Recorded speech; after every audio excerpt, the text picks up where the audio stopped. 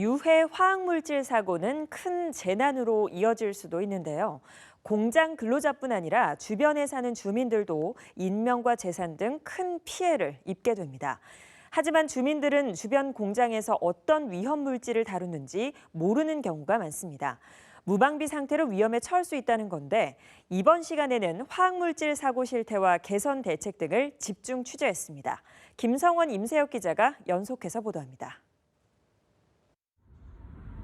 화성시 봉담읍의 한 공장에서 검은 연기가 치솟습니다. 잠시 후 번쩍이며 굉음과 함께 폭발이 일어납니다. 이 공장은 신호등에 유해 화학물질을 취급하고 있었습니다. 인근 주민들은 영문도 모른 채 자칫 큰 화를 입을 뻔했습니다. 유해 화학물질 관련 사고는 공장 근로자는 물론 주변 주민들에게도 치명적인 피해를 주지만 지역 주민들은 어떤 화학물질을 다루고 있는지조차 모르고 지내는 경우가 대부분. 당시 공장 화재를 목격한 이 마을 주민들의 경우도 사정은 다르지 않았습니다. 전혀 몰랐죠. 사실은 그런 공장이 있는지도 몰랐고요. 저는 그렇게 불이 나서 그때 이제 여기 이댁 주택에 이제 마당까지 와서 봤지만 저는 그렇게 큰 공장이 있는지도 몰랐고요. 직장인들이 출근하기 전이라 인명사고는 없다고는 하지만 사실은 뉴스에 나간 것보다 너무 심각한 화재였다고 생각해요. 사고가 났을 때 마을 주민들을 위한 경보음이나 안내방송 같은 것도 없었습니다. 만약 심각한 유독가스라도 새어나왔다면 대피도 못하고 그 자리에서 변을 당했을지 모른다고 주민들은 말합니다. 그냥 얼로 갈 시간도 없이 진짜 우리가 진짜 목숨도 위험받을 수 있는 그런 상황이기 때문에 정말 무서웠었어요. 실제로 지난 2012년 경북 구미에서는 불산을 취급하는 공장에 저장 탱크가 폭발해 누출된 유독가스에 5명이 숨지는 사고가 나기도 했습니다. 역사상 최악의 산업재해로 꼽히는 인도 보팔가스 누출 사고의 경우 저장 탱크 폭발로 가스가 새어나와 19,000여 명이 숨지고 55만 8천여 명이 부상을 입는 피해가 발생했습니다. 이렇게 치명적인 유해 화학물질 사고는 국내에선 최근 5년간 351건이 일어난 것으로 파악됐습니다. 경기도의 경우는 어떨까? 5년간 전국 발생 건수의 25%에 달하는 89건이 도내에서 발생한 것으로 나타났습니다.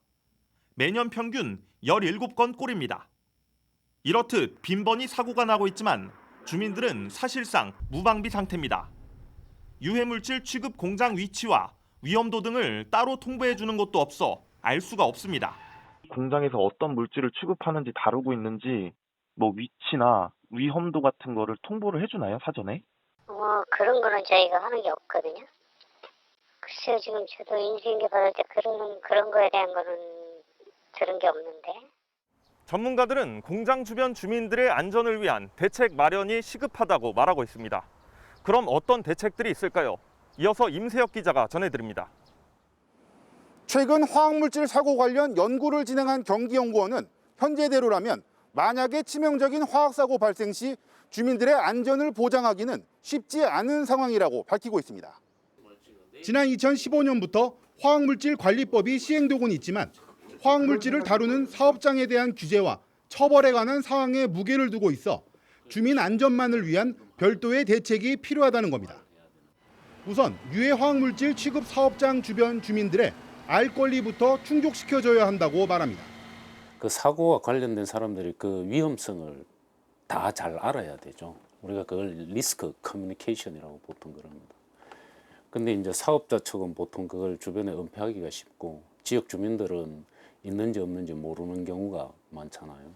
그럼 이제 그렇게 하면 안 되고 그 위험이 얼마나 되는지를 서로가 잘 알고 그다음에 그 있는 지역이나 범위에서는 항상 그 대비하는 태세가 꼭 필요한 거죠. 아울러 공장의 유해 화학물질 취급 종류와 용량, 사고 이력과 주변 인구 등을 반영한 위해도를 기준으로 위험지역을 설정해 관리할 것을 제안했습니다.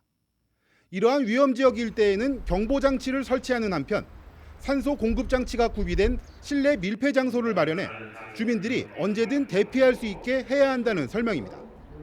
이 밖에 지자체는 화학사고 대응 계획을 의무적으로 수립하고 주변 위험 요소와 대처 요령에 대한 주민 교육을 진행해야 한다고도 덧붙였습니다. 사고가 났을 때 어느 정도 범위까지가 얼마 정도 위험하겠다 이런 것들을 좀 예측해 볼 필요가 있어요. 그래서 이제 위험 지역을 정도에 따라서 설정을 좀 하고 지역 협의체 같은 것들을 구성해서 운영을 하고 사고 가능성이 이제 어떤 곳에 있다 이런 것들을 서로가 잘 아는 상태에서 이제 사고 그 정도에 따라서 어떻게 대응을 한다 이런 계획들을 수립해서 좀 공유를 하고 필요하면은 훈련도 하고 이런 체계가 꼭 필요한 거죠. 설마 하다가 더 큰 인명 피해로 이어지는 대형 사고.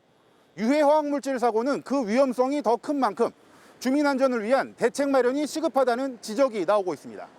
BTV 뉴스 임세혁입니다.